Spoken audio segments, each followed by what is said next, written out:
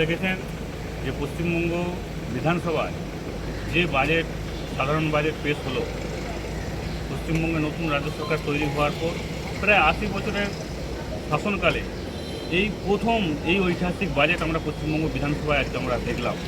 আজকে সারা পশ্চিমবঙ্গের সমস্ত স্তরের মানুষদের জন্য আজকে সাধারণ বাজেট পেশ হলো। আপনারা দেখেছেন যে আমার যে জেলা আছে, আমার আরামবাগ বিধানসভা, এবং আরামবাগকে আমরা প্রশাসনিক জেলা হিসেবে এই পশ্চিমবঙ্গ বিধানসভা থেকে ঘোষণা করা হলো। আরামবাগকে সরকারিভাবে জেলা ঘোষণা করা হয়েছে। এছাড়াও কামারপুকুর যে আছে বাবা রামকৃষ্ণ পরমহংসদেবের যে জন্মস্থান, সেই জন্মস্থানে রামকৃষ্ণ পরমহংসদেবের জন্মস্থানকে কামারপুকুরকে আমরা পৌরসভা ঘোষণা করতে পেরেছি। রাজ্য বাজেট আগে ঘোষণা হয়েছে। তারকেশ্বর যে বাবার ধাম আছে, সেই বাবার ধামকে ঐতিহাসিক হেরিটেজ ঘোষণা করা হয়েছে। এছাড়াও জগদ্ধাত্রী পুজো আছে।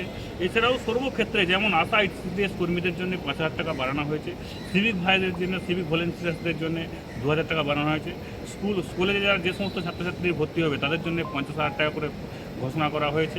এছাড়াও সব থাকতে বড় বিষয়, এবছরে 1 লক্ষ ছেলেমেয়েকে চাকরি দেওয়া হবে। এই ঐতিহাসিক বাজেট, এত ঐতিহাসিক বাজেট পেশ করার জন্য পশ্চিমবঙ্গের অর্থমন্ত্রী স্বপন দাশগুপ্তকে এবং পশ্চিমবঙ্গের মুখ্যমন্ত্রী শুভেন্দু অধিকারী মহাশয়কে আমাদের তরফ থেকে এবং সকল আরামবাগবাসীর তরফ থেকে অনেক অনেক ধন্যবাদ জানাচ্ছি। আজকে রাজ্য বাজেট ঘোষণা হলো।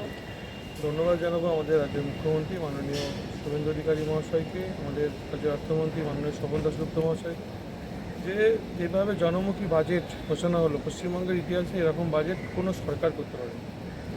বিজেপি সব গভর্নমেন্ট আসার পর প্রথম বাজেট, এবং সেই বাজেটে আমরা দেখতে পেয়েছি, বিশেষ করে আমি আমার হুগলি জেলা আরামবাগের কথা বলবো। আরামবাগ জেলা ঘোষণা হয়েছে, যেটা দীর্ঘদিনের আমাদের ওখানকার মানুষের স্বপ্ন ছিল, আমাদের সবার স্বপ্ন ছিল, সেটা পূরণ হলো। আছে সঙ্গে সঙ্গে কামারপুকুর মিউনিসিপ্যালিটি, বাবার স্থান, বাবা রামকৃষ্ণ পরমহংসের জন্ম ওখানে, সেটাও আমাদের দাবি ছিল।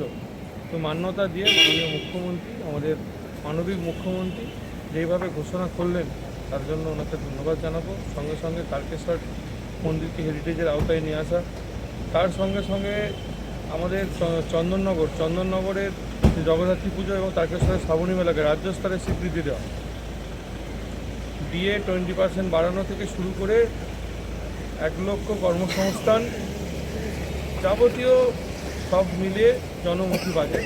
এই বাজেটের জন্য আমি আমাদের রাজ্যের মুখ্যমন্ত্রী ধন্যবাদ। জ্যোতিষ জগতে অদ্বিতীয় ডক্টর অঞ্জন শাস্ত্রী, আপনার উজ্জ্বল ভবিষ্যতের একমাত্র দিশারি।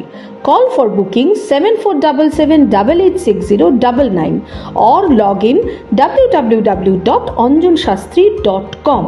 ডাউনলোড করুন আমাদের exclusive mobile app astro Anjan.